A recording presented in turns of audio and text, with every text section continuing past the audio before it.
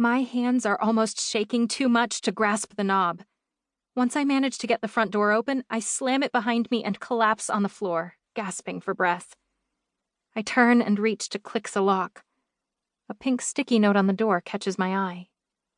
"Harper, you'd better be locked in your room when I get home." I toss Mom's note on the floor as I rush to turn on every light in the house. Then I check the locks on the doors and windows. Not that I'm sure a door or window would stop that thing. I sprint upstairs, shove my nightstand in front of my bedroom door, hide in my closet, and pick up my brother's baseball bat. My heart slowly returns to a normal pace. This is ridiculous. I'm 17 and hiding in my closet like a little kid. I wouldn't be in this situation if it wasn't for Mom. Earlier today. My younger sister Olivia and older brother Brett were already seated on the couch when I walked through the front door. Across from them, Mom was leaning back into her shabby Victorian armchair, staring at me with that smug-ass expression of hers. "It's 7:30 p.m., Harper. Where have you been?" she asked, tapping her foot impatiently. "I thought it was another stupid scare," I said, as I set down my backpack, trying to keep my cool. "Don't worry, I was just at soccer practice with a few friends." Mom tilted her head and raised an eyebrow. "People are dead, Harper. That was very careless of you." Her voice sharpened. "But it happened like thousands of miles from here," Olivia blurted. Mom looked from Olivia to the window in thought. The evening sun highlighted her attractive yet permanently scowling face, with faint wrinkles at the corners of her eyes. "It's always better to be safe than to take risks," she said quietly, practically to herself. "I shouldn't let you out of the house unless the authorities can prove the syndrome is gone. Especially you, Harper." "Especially me?" I forced myself to pause, trying to maintain composure. "What about Brett? He leaves all the time and you don't care. You've had me trapped in here for weeks. I needed some fresh air." "Brett is responsible.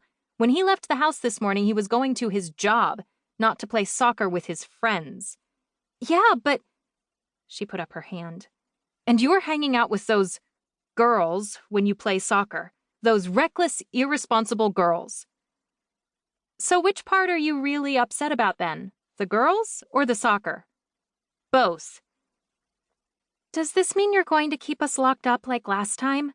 Olivia asked, her big doe eyes full of concern.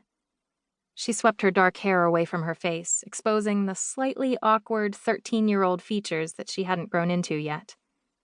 "Oh, I'm such an awful mother, aren't I? Trying to keep my children alive," Mom added snidely for effect. "More like dramatic," Olivia huffed, crossing her arms.